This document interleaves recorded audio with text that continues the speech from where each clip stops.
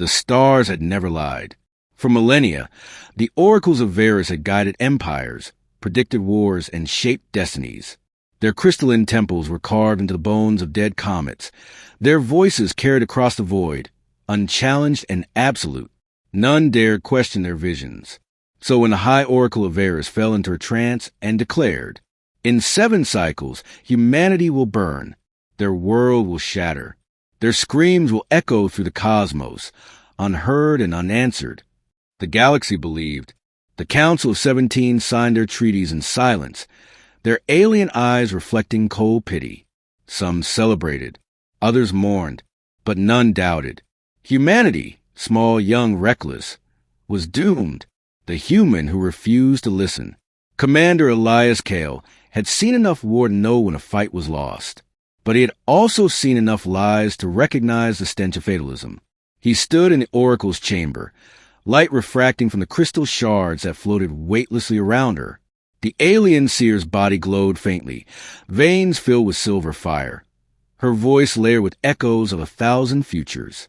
"You saw our end?" Elias asked, his scarred hands clenched behind his back. The oracle's 4 eyes blinked slowly. "I did not see it, human. I felt it. The timeline is sealed. Every path ends with your kind in ruins." Most men would have bowed, begged, or walked away. Elias only chuckled, the sound low and bitter. "Funny thing about humans," he said. "We've made a habit of breaking futures others wrote for us." The warning ignored. Earth's leaders dismissed him. The oracle had spoken. Her accuracy was beyond challenge. Why prepare for war that could not be stopped? Why waste resources defying destiny?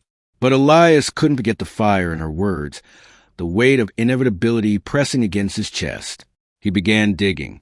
Through military archives, forbidden transmissions, black market AI profits.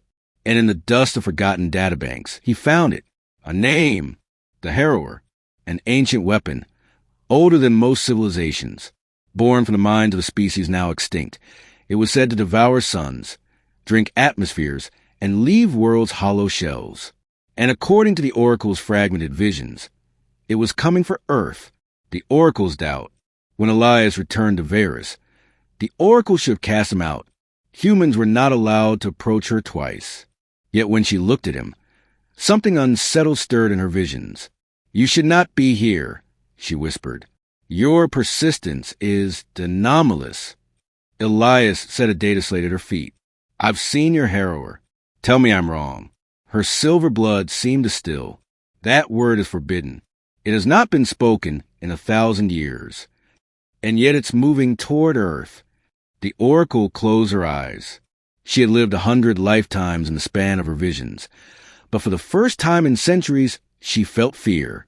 His presence was warping her sight. Futures she thought immutable now bent, cracked, and bled into one another. "You should not exist in these timelines," she said.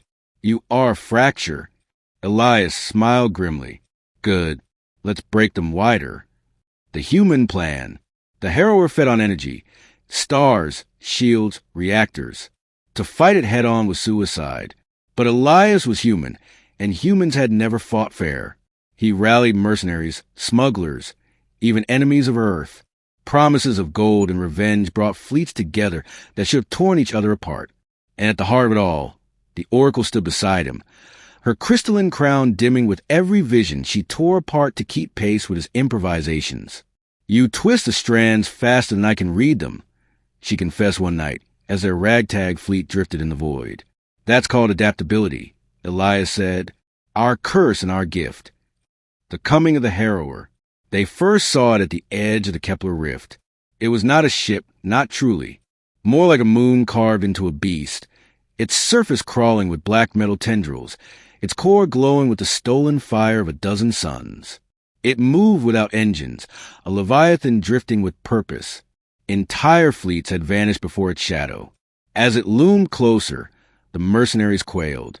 Some fled, but Elias didn't flinch. "Remember," he told them over comms, "we're not fighting it. We're starving it." The trap.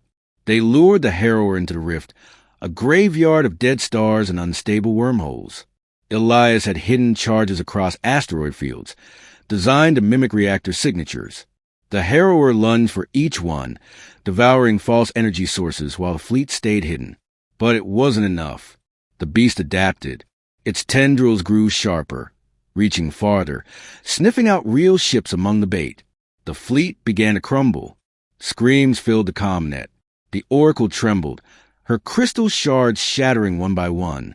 "The vision holds," she cried. "Your kind dies here."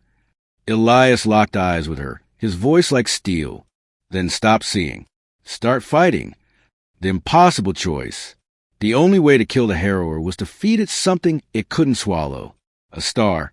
Elias piloted his battered cruiser straight toward the collapsing dwarf sun at the rift's edge, the harrower slavering in pursuit. "You can't," the Oracle whispered, clutching the railing. "You'll die." "Better one man than a world," he said. She reached for him, her hands cold with starlight. For the first time in her endless life, she broke the Oracle's vow of detachment. "If you die, the timeline seals again. Hope dies with you."